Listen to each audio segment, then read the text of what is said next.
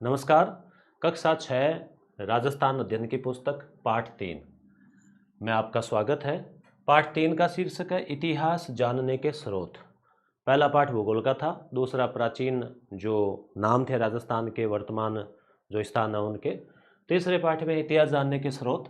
तो राजस्थान का इतिहास हो या भारत का हो या कहीं का भी इतिहास हो, इतिहास का मतलब प्राचीन जो घटनाएं हैं उनकी जानकारी। वैसे इतिहास का अर्थ होता है ऐसा निश्चित रूप से हुआ। तो पुरानी जो घटनाएं हैं, 1000 साल, 2000 साल, 5000 साल, उनको जानने के क्या तरीके हैं? स्रोत यानी साधन, सोर्सेज। तो मुख्यतः दो तरीके होते हैं। एक तो होता है पुरातात्विक स्रोत, एक होता है साहित्यिक स्रोत। पुरातात्विक का मतलब क्या हो गया? पुरातात्विक यानी पुराने तत्व। अब पुराने तत्व क्या हो सकते हैं? यानी प्राचीन काल में मनुष्य मान लो पढ़ा लिखा नहीं था, तो ये एकमात्र ये चीज़ है पुरातात्विक, पुराने तत्व है। यानी जैसे ज़मीन में खुदाई होती है तो उनके वो कुछ अवशेष पड़े हैं, जिसमें उनके बर्तन हो सकते हैं, मृद भांड बोलते हैं, मिट्टी के बर्तन। उसके अलावा उनके कोई औजार हो सकते हैं, उनके कोई लिखे हुए लेख, अगर वो पढ़े लिखे हैं तो लिखे हुए लेख भी ज़मीन के अंदर कहीं पड़े मान लो मिल गए, या फिर कहीं दीवारों पे, चट्टानों पे, शिलाओं पे लिखे हुए लेख मिल गए। तो वो सब पुरानी जो चीज़ें हैं, जितने भी पुराने तत्व हैं, अस्थियाँ भी हो सकती है, हड्डियाँ वगैरह, या कोई और चीज़ें, तो उनको या तो देख कर आइडिया लगता है कि वो चीज़ ऐसे काम में लेते थे, या फिर उसकी कार्बन डेटिंग से पता चलता है कि भाई ये कितना पुराना है। तो एक हो गया पुरातात्विक, दूसरे हो गए साहित्यिक। साहित्य का मतलब साहित्य, साहित्य यानी किताबें। अगर वो लोग पढ़े लिखे थे तो उन्होंने कोई ना कोई किताबें लिखी, उन किताबों से सीधा सीधा हमें उस काल के बारे में जानकारी मिल जाती है। तो अब यहाँ राजस्थान का पढ़ रहे हैं तो राजस्थान की चीज़ें पढ़ेंगे। तो पहला आ गया पुरातात्विक स्रोत, यानी पुराने तत्व है। अब पुराने तत्व में हमें वहाँ उस समय की घटनाओं की जानकारी मिलती है। जैसे मान लो एक ही प्रकार की मिट्टी के बर्तन जिस जिस स्थान से मिले हैं तो उससे आइडिया लग जाता है कि इतने इलाके में ये सभ्यता फैली हुई थी। या किसी राजा के मान लो सिक्के जिस जिस इलाके में मिले हैं तो उससे अनुमान लग जाता है कि ये इलाका सारा उस राजा का था। अब विदेश में भी अगर कोई सिक्के मिले हैं, विदेशी यहाँ मिले हैं, तो आइडिया लगता है कि व्यापार भी होता था। तो इस प्रकार से इतिहास तैयार किया जाता है। तो जो पुरातात्विक स्रोत है उसमें अभिलेख आ गए। अभी पुराने लिखे हुए लेख, चाहे वो चट्टान पे हो, अब इसमें भी अलग अलग आ जाते हैं। गुफा में है तो गुहा लेख, सिक्के पे है तो मुद्रा लेख। तो इनको अभिलेख बोलते हैं। अभिलेख का मतलब लेख, लिखी हुई चीज़ें। उसमें मुद्रा, मुद्रा यानी सिक्के। पुराने ज़माने में सिक्के चलते थे तो उन सिक्कों के ऊपर मान लो राजा का नाम है, कोई सन है, कोई भगवान का नाम है, कोई चित्र बना हुआ, उससे आइडिया लग जाता है कि भाई ये इस राजा का इस समय का सिक्का है। स्मारक, स्मारक का मतलब पुरानी चीज़ें, जैसे कोई महल हो गया, मंदिर हो गया, बावड़ी हो गई, ऐसी चीज़ें। कलाकृतियाँ, मूर्तियाँ हो गई, कोई और कोई कलाकारी की चीज़ें हो गई। उत्खनन यानी खुदाई से प्राप्त चीज़ें शामिल है। तो अब इनसे हम उस समय के जन जीवन को समझ सकते हैं। तो पहला है अभिलेख। भाई पुराना तत्व है, पुराना चीज़ है। जैसे ये देखो कोई लेख लिखा हुआ है, अभी भले ही लिपि अपने समझ में नहीं आ रही हो, परंतु कुछ विद्वान होते हैं जो प्राचीन लिपि के जानकार होते हैं। फिर वो उससे क्या करते हैं कि वर्तमान से उसे तुलना करते हुए उस लिपि को पढ़ते हैं। जैसे अशोक के शिलालेखों को जेम्स प्रिंसेप ने पढ़ा था। और कुछ लिपियाँ ऐसी है, जैसे हड़प्पा की लिपि, उसको अभी तक पढ़ा नहीं गया है। कुछ विद्वानों ने दावा किया है, परंतु पूरी तरह से प्रमाणिक नहीं हो पाया कि भी उन्होंने क्या लिखा था। तो शिलालेख यानी शिला यानी पत्थर, चट्टान, तो पत्थर की चट्टान के ऊपर छीने हथौड़े से खोद खोद के सुंदर राइटिंग में जो लेखनी होती थी उनसे लिखवा देते थे। कुछ संस्कृत में मिले हैं, कुछ प्राकृत भाषा में मिले हैं, और फिर राजा महाराजा की उसमें प्रशंसा होती है, या राजा ने किसी इलाके को जीता उसका हो जाता है, या राजा ने मान लो कोई दान किया कोई गांव को और को, कोई मरम्मत करवाई किसी चीज़ की, उसकी डिटेल हो जाती है, वो सब उसमें देखने को मिलता है। तो ऐसे पाषाण यानी पत्थर की शिला, बड़े बड़े पत्थर। स्तंभ, स्तंभ का मतलब जैसे पिल्लर, खंबे, जैसे अशोक के बहुत सारे स्तंभ मिले हैं। भवन, भवन में भी लिखा हुआ हो सकता है लेख। गुफा की दीवार, गुहा लेख बोलते हैं कि भाई ऋषि मुनि तपस्वी, जैन धर्म बौद्ध धर्म के साधु गुफाओं के अंदर तपस्या करते थे, तो उन्हीं में से कुछ जानकार जैसे कोई दोहे लिख दिए, कोई कथा लिख दी, कोई बौद्ध जैन धर्म या कोई हिंदू धर्म या अन्य धर्म धार्मिक चीज़ों के बारे में लिख दिया, तो उससे भी पता चलता है। मूर्ति, प्रतिमा, मूर्ति बनाई उसके नीचे कुछ लिख दिया, मूर्तिकार का नाम लिख दिया या कोई और लिख दिया। स्तूप, स्तूप होते हैं बौद्ध धर्म में इस टाइप की आकृति, उल्टे कटोरे नुमा, तो उसके भी मान लो लेख हो सकते हैं। मठ हो गया जहाँ बैठ के तपस्या वगैरह करते हैं। तालाब, अब तालाब का आप सोचोगे तालाब के अंदर नहीं, तालाब के बाहर किनारे पे, कहीं दीवार पे, जैसे अपने राजसमंद में जो झील है उसके चारों ओर संगमरमर पे लिखा हुआ है। खेतों में कोई खड़ी शिला है, ताम्रपत्र है। ताम्रपत्र क्या होता है? तांबे की जैसे प्लेट सी हो गई। अब जैसे आप आजकल बर्तन लाते हैं तो गिलास पे और थाली पे नाम लिखा रहता है ना, मालिक का या कोई और का। तो ऐसे ही वो पुराने ज़माने में तांबे के ऊपर कोई गर्म चीज़ से उसमें लिख देते थे। अब एक बार तांबे पे लिख दिया तो वो एक रिकॉर्डेड हो गया। जैसे आजकल हम डॉक्यूमेंट को लेमिनेट करवाते हैं कि भी फिक्स है, ये उससे भी कोई ज़्यादा सेफ, कई गुना सेफ है कि तांबे पे एक बार खोद के लिख दिया, उसमें नया तो चेंज होगा और नए समय के साथ में उसका कोई खराब होगा, तो हजारों सालों तक ये पड़े रहते थे। तो पुराने ज़माने में जैसे पट्टे वगैरह होते थे ज़मीन के और के, तो ज़्यादातर दान दी गई भूमि है उसका रिकॉर्ड है वो ताम्र पत्र पे होता था। आज भी ऐसे बोलचाल में चलता है कि कोई तांबा पत्री करवा रखी है क्या, मतलब ताम्र पत्र का मतलब हो गया एक पूरा पक्का अभिलेख। ये थोड़े विश्वसनीय भी होते हैं क्योंकि एक बार जिसने लिख दिया दूसरा उसमें कोई दीवार वाले में इनमें कोई छेड़छाड़ नहीं कर सकता, कोई चेंज नहीं कर सकता। चेंज करने की कोशिश करेगा तो वो फिर लाइन ही पूरी टूट जाएगी। इस प्रकार से अब इन अभिलेखों की उपयोगिता, एक तो ये विविध भाषा में होते हैं, गद्य और पद्य में भी हो सकते हैं। जैसे आप समुद्रगुप्त का पढ़ते हैं हरिसेन वाला, तो वो चंपू शैली में है, तो शासक है, उसके लोग हैं, रानी है, राजकुमार है, कोई घटना है, युद्ध है, कोई दान है, सामाजिक धार्मिक जीवन है, उन सब के बारे में कुछ ना कुछ जानकारी मिलती है। और प्रशंसा में, जैसे मान लो राजा की तारीफ में लेख लिखा गया कि राजा बहुत महान है, बहुत दानी है, इतना बड़ा योद्धा है, तो उस लेख को बोलते हैं प्रशस्ति। जैसे प्रयाग प्रशस्ति आप पढ़ते हैं समुद्रगुप्त की, इस प्रकार से। तो राजस्थान में भी बहुत सारी प्रशस्तियां देखने को मिलती है। प्रशस्ति यानी प्रशंसा, जैसे कहते हैं ना कि प्रशस्ति प्रमाण, प्रशस्ति पत्र दिया, आजकल भी आप देखते हो, तो वो प्रशस्ति हो गया। अब है अभिलेख, प्रमुख अभिलेख। नगरी का अभिलेख, जैसे नगरी का हमने पढ़ा था पिछले पाठ में, चित्तौड़गढ़ में है, तो ऐसे ही कंसवा का अभिलेख, घटियाला का अभिलेख, कीराड़ू का अभिलेख, नांदसा, नांदसा का भी हमने पढ़ा था ना भीलवाड़ा में पिछले पाठ में। बरनाला का यूप, यूप का मतलब क्या हो गया? स्तंभ, स्तंभ के ऊपर कुछ लिखा हुआ, तो वो हो गया। सामोली शिलालेख आदि है लेख जो धार्मिक व्यवस्था, यज्ञ, भूमिदान आदि में जो है वो होता था। राजनीतिक सीमा की भी जानकारी मिल जाती है कि भी किसी राजा के जिस जिस एरिया में अभिलेख मिले, इसका मतलब वहाँ तक वो जाता था, उसकी कोई रोक टोक नहीं थी। दूसरे इलाके में दूसरे राजा का है तो अनुमान लग जाता है कि राजा की सीमा थी, बाउंड्री थी। वैसे ही घटियाला का अभिलेख है प्रतिहारों का। अब ये एक यहाँ से क्वेश्चन बन जाता है बहुत शानदार आपके कंपटीशन एग्जाम में कि भैया घटियाला अभिलेख किस राजवंश का है, तो प्रतिहार। तो घटियाला को आप ट्रिक से याद रख लो, घंटियाला, घंटी। प्रतिहार, तो हार पहनाते हैं किसी को तो घंटी बजती है, हार पहनाया घंटी बजी, तो प्रतिहार घंटियाला, ऐसे ट्रिक से याद रख लो। बिजोलिया शिलालेख चौहानों के बारे में जानकारी देता है, तो ये बिजोलिया, तो इसमें भी देखो जय के ऊपर 2 मात्रा है, चौहानों में इस पर 2 मात्रा है, तो ये ट्रिक बना लो। या फिर जैसे एक बिचौलिया शब्द आता है तो ऐसे भी आप ट्रिक से जोड़ के याद रख लेना, क्वेश्चन बन सकता है कि भी बिजोलिया शिलालेख किस राजवंश के बारे में जानकारी देता है, तो चौहान, भीलवाड़ा में है बिजोलिया। ऐसे ही चीरवा का शिलालेख रावल समर सिंह के युग की जानकारी देता है। तो समर, समर का मतलब होता है युद्ध, समर यानी युद्ध, और युद्ध में क्या होता है, दुश्मन की सेना को चीरते हुए आगे बढ़ जाते हैं।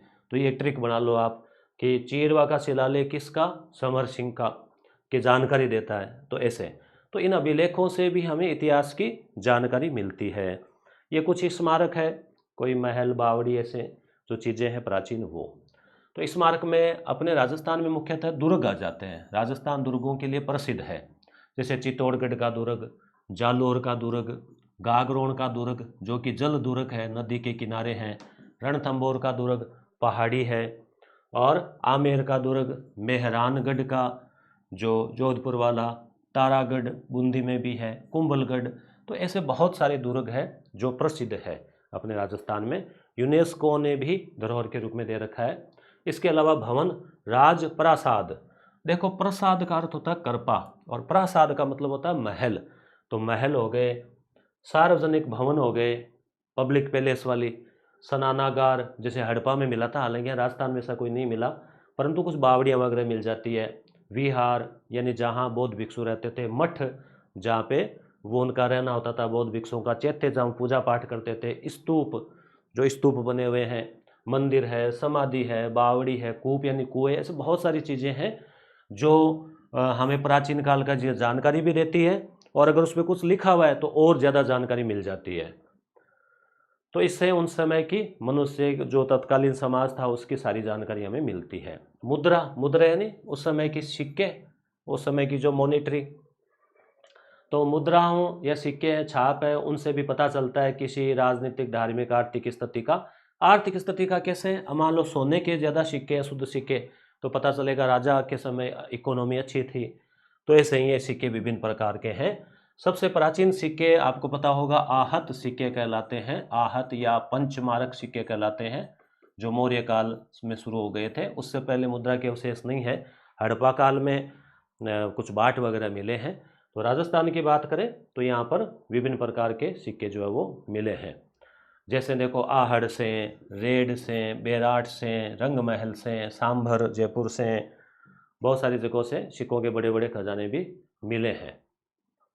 ठीक है, अब आपके पास में कोई पुराने सिक्के हैं तो बताना। अब बर्तन और कलाकृति हैं, कुछ बर्तन वगैरह, अब इनसे भी क्या पता चलता है? थोड़ा पता चलता है, जैसे मान लो मिट्टी के बर्तन हैं, उसमें भी लाल रंग के हैं कि काले रंग के हैं या फिर गेरुए रंग के, उससे भी एक सभ्यता का अलग अलग समय का पता चलता है। ऐसे ही बर्तन तांबे के हैं, लोहे के हैं, सोने चांदी के, तो भी आइडिया लगता है। और कहाँ कहाँ किस टाइप के मिले, थोड़ा कल्चर का पता लगता है। जैसे ताम्र सभ्यता है तो उसका पता चलता है। तो ये बर्तनों के बारे में जानकारी मिलती है, उनकी बनावट, पॉलिश, रंग आदि से उस समय की जानकारी मिलती है। प्याले और धूपदान, धूप पात्र, दीपक, ऐसी कई चीज़ें मिली है। जैसे गणेश्वर है, ये यहाँ से इम्पोर्टेंट है, क्वेश्चन है, इजी बनता है कि कहाँ पे है? सीकर में, नीम का थाना में, ये अपडेट किया हुआ है यहाँ पे। तो नीम का थाना में पड़ता है। तो ये प्राचीन जमाने में, आज से कई हजार साल पहले, 7-8 हजार साल पहले यहाँ पे एक सभ्यता थी, लोग रहते थे, और वो लोग मुख्यतः तांबे का उपयोग करते थे। तो इसलिए हम इसको बोलते हैं ताम्र संस्कृति, यानी वहाँ वो लोहे से परिचित नहीं थे। ज़्यादातर उनके सारे बर्तन तांबे के ही मिले हैं, बड़े बड़े ढेर मिले हैं ज़मीन के अंदर एक साथ, बहुत सारे बर्तन, कुछ हथियार, कुल्हाड़ियाँ वगैरह। तो इनसे पता चलता है कि वो एक ताम्र संस्कृति थी और सबसे प्राचीन संस्कृति थी राजस्थान की। इसलिए गणेश्वर को ताम्र सभ्यताओं की जननी भी बोलते हैं, ताम्र सभ्यताओं की जननी। आज भी आप देख लो, अपने झुंझुनू वाला एरिया है, वहाँ का जो तांबा है वो पूरी दुनिया और भारत की आवश्यकताओं की पूर्ति करता है। प्राचीन काल में भी यहाँ से तांबा निकाला जाता था। ऐसे एक जोधपुरा की सभ्यता मिली है, नाम जोधपुरा है पर जोधपुर में नहीं है। कहाँ पे है? जयपुर में, ये ध्यान रखना है। अब क्वेश्चन पूछा जाए कि जोधपुरा, ऑप्शन में जोधपुर, आप राजी हो जाओ कि वाह कितना सरल प्रश्न है, परंतु यहाँ जोधपुरा कहाँ है? जयपुर में है। ऐसे नौह नामक एक स्थान है जो वर्तमान में भरतपुर में है। क्या मिला है? प्राचीन काल के कुछ बर्तन, काले और लाल मृद भांड। आज भी आप देखते हो, जैसे मटकी आप गर्मियों में पानी काम में लेते हो, तो वो लाल कलर का मृद भांड है। मृद यानी मिट्टी का बर्तन, भांड यानी बर्तन। लाल कैसे? उसके बाहर हल्का लाल कलर होता है पका के। ऐसे काले बर्तन भी होते हैं, कुछ काली मिट्टियाँ होती, काली मिट्टी की हांडियाँ, बर्तन वगैरह। तो लाल और काले बर्तन आज से कई हजारों सालों से चले आ रहे हैं। आहड़ और गिलोंड, यहाँ से भी जो है प्रस्तर, प्रस्तर यानी पत्थर के फलक आदि मिले हैं। ताम्रपत्र, ये तांबे पे लिखा हुआ लेख है। छोटे पत्रों को ताम्रपत्र कहा जाता है, दान पुण्य आदि से संबंधित थे। राजा वो जो है दान वगैरह देते थे। अब बात आ जाती है साहित्यिक स्रोत की। तो पुरातात्विक स्रोत में हमने ताम्रपत्र देखा, सिक्के देखे, अभिलेख देखे, मृद भांड वगैरह आदि चीज़ें देखी। अब आ जाता है साहित्यिक स्रोत, तो कुछ किताबें वगैरह। तो राजस्थान में जैसे संस्कृत में, हिंदी में, राजस्थानी में, उर्दू में, फारसी में बहुत सारा साहित्य मिलता है। राजस्थान का जो प्राचीन इतिहास है उसमें वेद, पुराण, रामायण, महाभारत वो भी मददगार है। कैसे? हमने पहले पार्ट में, दूसरे पार्ट में पढ़ा कि महाभारत में भी राजस्थान के कुछ इलाकों का वर्णन है, जिसमें हमने जांगल का पढ़ा कि जांगल का उसमें उल्लेख है। मत्स्य है, तो वो उस टाइम का एक राज्य था जब कुरु पांचाल वगैरह का हम पढ़ते हैं। तो उनमें भी है, बौद्ध जैन ग्रंथों में भी है। अब हम आधुनिक काल की बात, आधुनिक मध्यकाल की बात करें तो मिडिल एज में जैसे 12वीं शताब्दी का क्या मतलब होता है? 12वीं शताब्दी का उत्तरार्ध क्या मतलब होता है? शताब्दी यानी 100 सालों का समय, 1100 से लेके 1200 का, इसे बोलते हैं सत आब्दी। सत यानी 100, आब्दी यानी वर्ष। तो 100 सालों का समय अब लास्ट वाले के हिसाब से ये गिना जाता है, 1101 से लेके 1199 तक। तो वो क्या कहलाएगी? 12वीं सदी। हम इसको बोलेंगे 12वीं सदी। जैसे अभी 2026 चल रहा है और ये 2100 पे ख़त्म होगा, तो अभी चल रही है 21वीं सदी। तो 12वीं सदी का उत्तरार्ध, उत्तरार्ध का मतलब जैसे आधे के बाद का, जैसे 1150 से 1151 की कोई घटना है, 51 से बाद की, तो वो 50 सालों का एक समय हो गया कि 12वीं सदी के उत्तरार्ध, यानी 1150 के लगभग बाद। पृथ्वीराज चौहान का आप देखते हैं तराइन का युद्ध 1191-92 में, तो 12वीं सदी का क्या हो गया? उत्तरार्ध। तो उनके दरबार में था जयानक, जिसने लिखी थी पृथ्वीराज विजय। तो जयानक की पृथ्वीराज विजय, तो जय विजय, जय विजय, ऐसे आप याद रख लें। तो इस महाकाव्य से चौहान वंश जो है, पृथ्वीराज चौहान और अन्य राजा, उनकी उपलब्धियों की जानकारी मिलती है। ऐसे ही नयनचंद्र सूरी है, जिसने हमीर महाकाव्य लिखा। रणथंभौर का राजा था हमीर। तो नयन से पढ़ो महाकाव्य। महाकाव्य का मतलब क्या होता है? बड़ी किताब, जैसे रामायण महाभारत बड़े महाकाव्य है। तो नयनचंद्र सूरी की हो गई। चौहानों के इतिहास के समय की जानकारी मिलती है। ऐसे ही पृथ्वीराज रासो, पता ही होगा आपको किसकी है? चंद्रवरदाई की है। अचलदास खिंची की वचनिका, अब ये किसके? तो ये अचलदास एक जो है अचलदास की है। वचनिका का मतलब क्या हो गया? इसमें भी वो घटनाएं लिखी हुई होती है। पद्मनाभ की कानड़देव प्रबंध, जो कानड़देव था उसकी, जो जालोर का शासक था। बीकानेर के दलपत सिंह की दलपत विलास। तो अब ये तो प्रश्न इसमें इजी होता है, बनता नहीं है कि भाई दलपत विलास किसके, तो आप समझ जाते हो कि दलपत सिंह की है। तो इतना सरल नहीं बनाते, फिर भी यहाँ बन सकता है कि भाई ये कहाँ की है, तो बीकानेर की है। ऐसे ही खिड़िया जगह की वचनिका, तो ये हो गई। अब ऐसे ही कुछ और, जैसे नैन श्री ख्यात, तो ख्यात भी हो गई मतलब ख्याति, यानी राजा महाराजा की प्रसिद्धि के बारे में बातें, उसके युद्ध की और की जानकारी। तो मोहनोत नैन सी था जोधपुर का, मारवाड़ बोलते हैं जोधपुर को, तो मारवाड़ रापरगनारी विगतवीन की रचना है। ऐसे ही बांकीदास था, उसने लिखी बांकीदास की ख्यात। दयालदास था, उसने अपने नाम से लिखी दयालदास की ख्यात। जोधपुर राज्य की ख्यात। तो ऐसे कई ख्यातें भी हैं जो राजस्थान का इतिहास के बारे में जानकारी मिलती है। ऐसे फारसी और उर्दू में तवारीख के नाम से आती है, तो तवारीख यानी जो तारीख, घटना। ऐसे ही एक अंग्रेज था कर्नल जेम्स टोड, वो राजस्थान की संस्कृति से बहुत प्रभावित था। कंपनी का वो आया था बनकर, वैसे कंपनी ईस्ट इंडिया कंपनी में, तो ये राजस्थान में रहा और इसने किताब लिखी annuls and antiquities of Rajasthan. बहुत महत्वपूर्ण पुस्तक है, 1829 में लिखी गई। चूँकि 6ठी क्लास की किताब है तो यहाँ बेसिक बातें हैं, ज़्यादा डिटेल है नहीं, परंतु फिर भी थोड़ा सा डिटेल आपको मैं प्रयास कर रहा हूँ ले जाने का।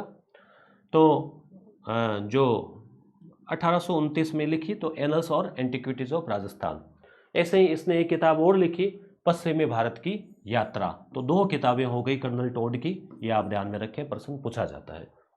बूंदी, बूंदी जो राज्य है, यानी बूंदी जो जिला है, तो पहले वो एक तरह से राजपाट था, वहाँ राज्य था।